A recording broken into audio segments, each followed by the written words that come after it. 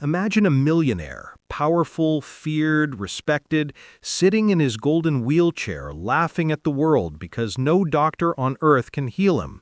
Heal me for $1 million, he mocks, knowing no one ever could. But then, a small black boy steps forward, a boy with no money, no reputation, no medical degree, just a strange gift no one believed in. He looks the millionaire dead in the eyes, touches his trembling hands, and what happens next leaves everyone screaming, crying, and begging for an explanation. Because in seconds, yes, seconds, the impossible happens, and the millionaire realizes too late he wasn't laughing anymore. He was shaking, he was terrified. Because the boy didn't just heal him, he exposed a truth that would change the millionaire's entire life forever. Welcome back to the channel. If you love emotional, powerful, and mind-blowing real-life stories that touch your heart and keep you hooked till the final second, you're in the right place. Make sure to like, subscribe, and hit the bell icon so you never miss the stories that inspire millions around the world. Let's dive in. Stop! Wait! Don't touch him! Those were the first words that sliced through the noise of the crowded charity gala, where wealthy businessmen, celebrities, and reporters mingled under golden chandeliers. It was supposed to be a night of donations, speeches, and polite smiles. But instead, something unforgettable was about to happen, something that would make the entire room fall silent. Cameras freeze mid-air, and even the most arrogant billionaire question everything he thought he knew. In the center of the grand hall sat Mr. Charles Anderson, one of the richest men in the country. He wore a perfectly tailored black suit, a diamond watch, and a cold expression that never softened. People called him the Lion of Wall Street. To the world, he was invincible, untouchable. But there was one thing he couldn't control: his hands. They shook, constantly, violently, relentlessly. For 6 long years, no doctor, no specialist, no expensive clinic, nothing had been able to stop the tremors. He had tried treatments worth millions. He had flown to Switzerland, Japan, Dubai, everywhere. He had undergone scans, nerve tests, electrical therapies, everything. Nothing worked. His condition didn't kill him, but it stole his dignity piece by piece. He couldn't sign documents, couldn't hold a cup, couldn't eat a meal in public without shaking so hard that food spilled off his fork. Tonight at the gala, something inside him snapped. After a long speech about overcoming struggles, he grabbed the microphone with his trembling hand and suddenly laughed. A bitter, frustrated, hopeless laugh. The room froze. Everyone talks like they know pain, but none of you can fix mine. He raised his trembling hand for everyone to see. This cost me millions and years of suffering. Doctors failed, specialists failed, even the top neurologists in Europe failed. People looked down awkwardly. It wasn't the kind of moment anyone wanted during a donation event. Then his eyes narrowed in challenge. "So here's an offer," he shouted. "Heal me for $1 million, right here, right now. I'll write the check on the spot." Guests gasped. Some laughed nervously. Others whispered, "Is he joking? He has lost it. Nobody can heal him." And that's when a small voice raised from the back of the room. "I can." It was so soft that at first no one turned, but then a young boy stepped forward through the crowd. He was 12 years old, thin, wearing a faded t-shirt and slightly oversized pants. His shoes were worn, his backpack looked old, maybe second-hand. His name was Malik, a quiet boy from one of the poorest neighborhoods in the city. He wasn't on the guest list, he wasn't a donor, he wasn't famous. He was only there because he had followed his mother, who worked part-time as a cleaner for the event. But when he heard the billionaire's words, something inside him pushed him to step forward. He spoke loudly this time, with more courage. "Sir, I can help you." The entire room burst into laughter. "A child? Is this a joke? Someone get him out of here!" Security guards moved toward him immediately, but Mr. Anderson lifted his hand. "Let him come," he said with a smirk. "This should be entertaining." Malik slowly walked toward the stage. With each step, people stared at him like he was out of place, like he didn't belong among the rich and powerful. But his face held something rare: calmness. His eyes weren't scared, he wasn't confused, he wasn't pretending. He was certain. When he finally reached the billionaire, he gently placed his tiny backpack on the ground and said softly, "Sir, may I see your hand?" A woman near the front shouted, "This is ridiculous!" Another man whispered angrily, "If this boy hurts him, his family will be sued." A reporter raised her camera, sensing a viral moment. But Malik didn't look at anyone except the billionaire. With steady hands, he reached out slowly. That's when a security guard panicked and yelled, "Stop! Don't touch him!" But before anyone could grab the boy, the billionaire waved them off again. "Let the kid try," Anderson said. "If he fails, it's just another disappointment." Malik took a deep breath. He knelt beside the billionaire's chair. Their eyes met, one pair tired and broken, the other young but full of hope. "Sir," Malik whispered, "this won't hurt. Just breathe with me." Anderson raised an eyebrow. "Breathe? Boy, I've paid doctors thousands an hour to tell me to breathe." Malik smiled gently, but they didn't know where to touch. The boy lifted the billionaire's trembling wrist. Everyone leaned forward. For a moment, even the chandeliers seemed to stop sparkling. The entire hall held its breath. Malik placed his thumb on a tiny spot just below the wrist bone, then another finger behind the elbow. A woman covered her mouth. A man whispered angrily, "Pressure points." Malik closed his eyes and whispered something quietly. A prayer, maybe a memory of lessons his grandmother taught him long ago in Ghana. She was a village healer, known for curing people with natural techniques passed down for generations. And then something happened. The billionaire's hand, which had been shaking nonstop for 6 years, stilled. Not slowly, not eventually, but instantly. The tremors faded, softened, then vanished completely. His fingers relaxed, his palm opened naturally, his wrist stopped twitching. For the first time in years, his hand was normal. The entire room gasped so loudly that the sound echoed off the high ceilings. A phone dropped, a waiter spilled a tray. Someone screamed, "Look, his hand! It's not shaking!" The billionaire stared at his hand like he was seeing it for the first time in his life. His breathing quickened, his lips trembled, and then, for the first time in years, he felt stillness. True, perfect stillness.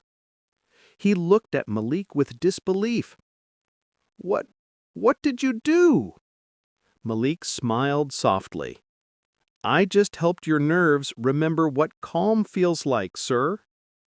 The entire room fell into stunned silence, and everyone realized this was no ordinary boy. This was the beginning of a miracle. The moment Malik's small fingers pressed into Mr. Anderson's wrist, something invisible yet powerful rippled through the billionaire's body, something he hadn't felt in years. Control, stillness, peace. For a breathless second, the entire room froze. People stared at the boy as if he had performed magic. Hundreds of eyes widened, dozens of mouths fell open. And then, a collective gasp. The billionaire's trembling hand stopped. Completely. Perfectly. Unbelievably. His fingers relaxed naturally, something he had forgotten was even possible. He blinked several times as if expecting the tremors to return. But they didn't. He raised his hand higher, almost afraid to move it. "Impossible," he whispered. His voice cracked, a sound no one in the industry had ever heard from him. His assistant, Julia, rushed forward. She grabbed his hand gently. "Sir, your hand, it's steady." Anderson looked at her like he didn't believe it. He looked at his hand like it belonged to someone else. The room erupted into whispers. "What did that kid do? Is this real? Is the billionaire acting? No, look at his face. This is real." But Malik didn't celebrate. He didn't smile in victory. He didn't even lift his head proudly. He simply kept his fingers on the pressure point and said softly, "Sir, breathe slowly. Deep in, deep out. Your nerves were screaming for help for a long time." Anderson swallowed hard. You fixed it?" he asked, voice trembling more than his hand ever had. Malik shook his head. "No, sir. You let it fix itself. I only helped your body remember the right rhythm." The billionaire stared at the boy, stunned. How old are you?" he asked. 12, he whispered. 12. A reporter nearly dropped her camera. Another grabbed her microphone and whispered into it excitedly. "This boy just did something medical experts couldn't." But Malik wasn't looking for fame. He was focused on the billionaire's arm, pressing 2 more spots gently. With each touch, Anderson felt something shift inside him, like waves of relief washing through muscles that had been locked in pain for years. "My grandmother taught me this," Malik said quietly. "In Ghana. In our village, she healed dozens of people a week. She used pressure, herbs, and prayers.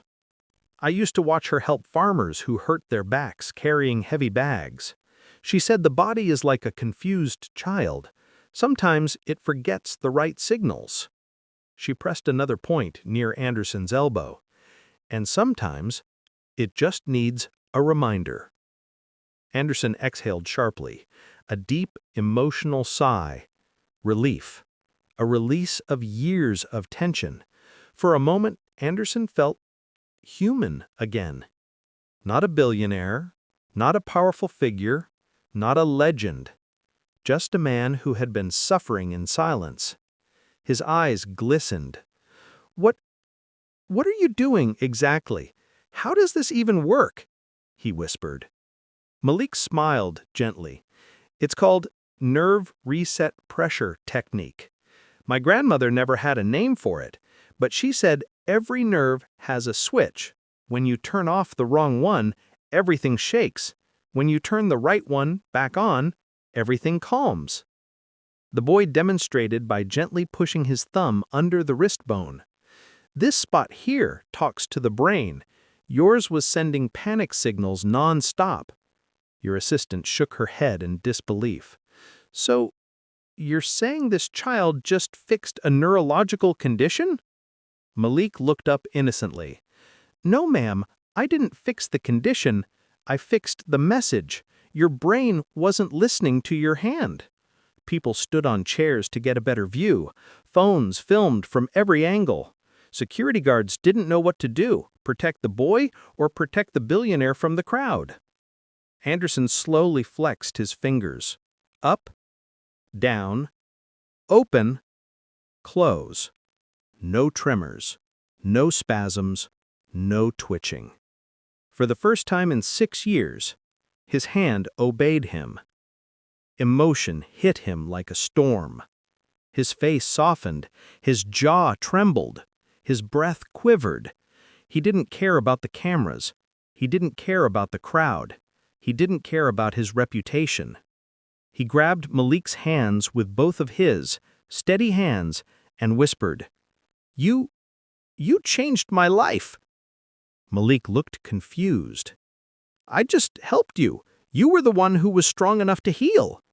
People felt tears sting their eyes, even strangers who didn't know the billionaire personally. The moment was raw, pure, human. But the shock hadn't worn off. A doctor who was attending the event pushed through the crowd. Dr. Henders, the neurologist who had once examined Anderson, bent down and inspected the billionaire's wrist. "This is impossible," he murmured. "Your tremors were categorized as permanent neurological damage. There is no scientific explanation for this." Malik gently spoke. "Sometimes science hasn't looked in all the right places yet." The doctor looked at the boy in disbelief. "Where did you learn this?" "My grandmother," Malik repeated. "She said healing isn't only in medicine. It's also in understanding the body's language." He tapped Anderson's wrist lightly. "Your wrist was screaming. I just told it to calm down." The billionaire's lips parted in shock. "You said earlier that doctors couldn't help me because they didn't know which switch to turn on." Malik nodded. "It's like a machine. If one wire gets twisted, the whole system shakes. Untwist that wire, and everything works again." Around them, reporters were already writing headlines in their minds. 12-year-old heals billionaire's incurable tremors. Child miracle worker shocks medical world. $1 million offer won by boy from poor neighborhood. But Malik wasn't thinking about fame or glory. He packed his little backpack, stood up, and stepped back, respectfully. "I hope your life is easier now, sir," he said simply. The billionaire's eyes widened. "Easier? Boy, you've given me back more than ease. You've given me control. You've given me hope." Malik lowered his gaze. "I'm glad, sir." "You don't understand," Anderson whispered. "My hand, this tremor, it ruined everything. My writing, my confidence, my life. And you," he swallowed hard, you healed me in seconds." Malik shook his head gently. "No, sir, you healed yourself. I just showed your hand how to listen again." The boy turned to leave, but Anderson reached out and grabbed his arm. His grip was strong, steady, and that faint tremor the world had known him for was gone. "Son," he whispered, voice full of awe and gratitude, "you changed my life, and I don't let life-changing people walk away." The boy paused. The billionaire's next words would not only shock the crowd, but reshape both of their destinies forever. For a long moment, the crowded gala hall fell silent, completely silent, after Mr. Anderson grabbed Malik's arm. The lights glowed softly above them. The cameras stopped clicking, and even the whispers faded into nothing. All attention locked on the billionaire with a steady hand, and the boy who had given him the miracle he never thought possible. Anderson rose to his feet slowly, his focus entirely on Malik. "Young man," he said, voice low but powerful, "you didn't just stop my tremor. You gave me something I haven't felt in years." Malik blinked softly. "What's that, sir?" "Hope." The billionaire swallowed hard, his eyes shining with emotion. People had seen him angry, feared, respected, even hated, but they had never seen him moved. Everyone leaned closer. "The offer I made earlier," Anderson continued, "wasn't a joke. If anyone healed me, I promised $1 million. The room gasped again, louder than before. Someone whispered, "Is he really going to pay the kid?" Another murmured, "This is about to change that boy's whole life."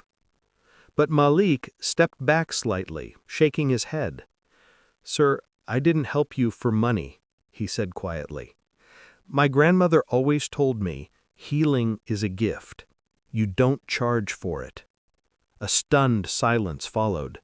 Even the billionaire looked confused for a moment, as if he couldn't understand how someone could turn down $1 million so simply. He knelt slightly, so he was eye level with the child.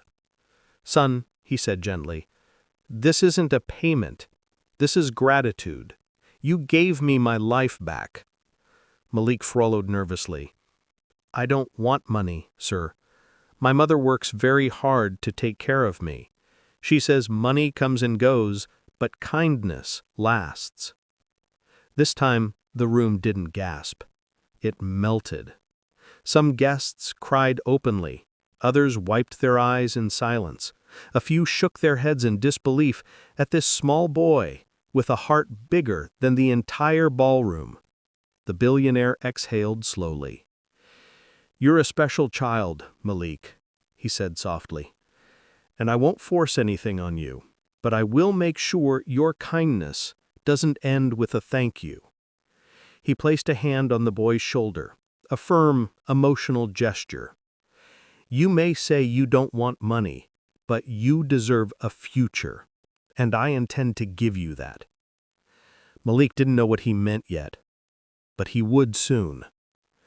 A week later, in a tiny apartment on the edge of the city, Malik and his mother sat at their small wooden table.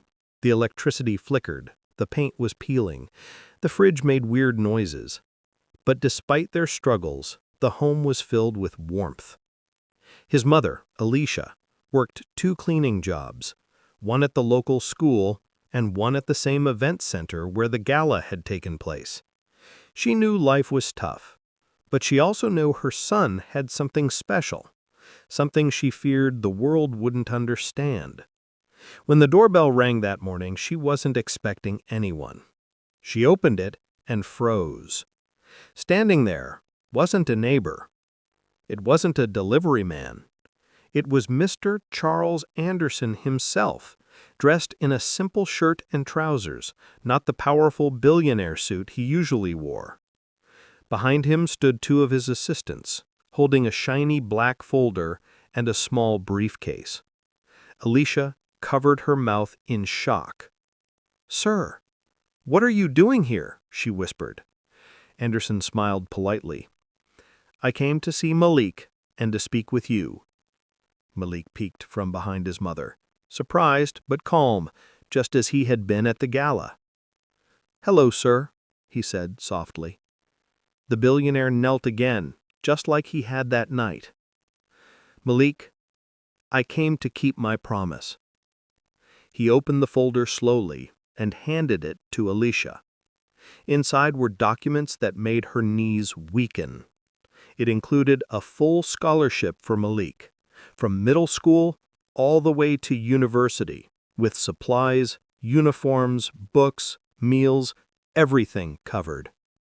It included papers for a fully furnished home in a safe, clean neighborhood, paid in full, with no rent or mortgage. It included a monthly allowance for Alicia so she could quit one of her jobs and live comfortably without breaking her back working double shifts. And it included a special mentorship program for Malik to study medicine or neurotherapy if he chose, granting him access to world-class facilities. Alicia burst into tears. Not soft crying. She dropped to her knees, overwhelmed, shaking, thanking God through sobs. I don't know what to say," she cried. "My son, he didn't do it for money." "I know," Anderson said softly. "And that's why he deserves it even more." He turned to Malik. "You saved me, and I want the world to know your gift. But before the world benefits from you, you need to be protected, educated, and supported." Malik blinked, confused. "But sir, I don't know if I want to be a doctor." Anderson smiled warmly. "You don't have to decide now. Maybe you'll be a healer, maybe a scientist, maybe neither, maybe something the world has never seen yet." He placed a hand on the boy's cheek. "But whatever you choose, I want you to have the chance." Malik lowered his gaze. "My grandmother always said God sends us teachers. And maybe," Anderson whispered, "he sent you to teach me." The billionaire wasn't done. He looked around the tiny apartment, the cracked walls, the broken cabinet, the tiny stove. "No child with a gift like yours should live in these conditions," he said softly. "Allow me to change that." Malik looked up. "If you're doing it because you feel bad, sir, we'll be fine. My mom always finds a way." Anderson melted again. "No, son. I'm doing this because you deserve it.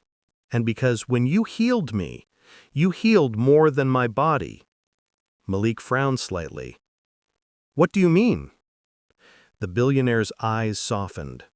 "For years, I lived angry, bitter, cold. I snapped at everyone. I pushed people away. My tremor made me hate myself and the world." He took a deep breath. "But when you touched my hand, when you treated me with kindness instead of judgment, something inside me changed." He smiled, a small, grateful smile. "You healed my heart." Malik's eyes glistened. He stepped forward and hugged the billionaire. A small, simple, pure hug. The billionaire froze for a moment.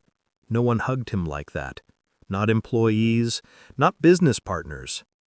Not anyone. Then he hugged the boy back. Tightly. That day, in a small, worn-out apartment, a billionaire and a 12-year-old healer formed a bond that money could never buy.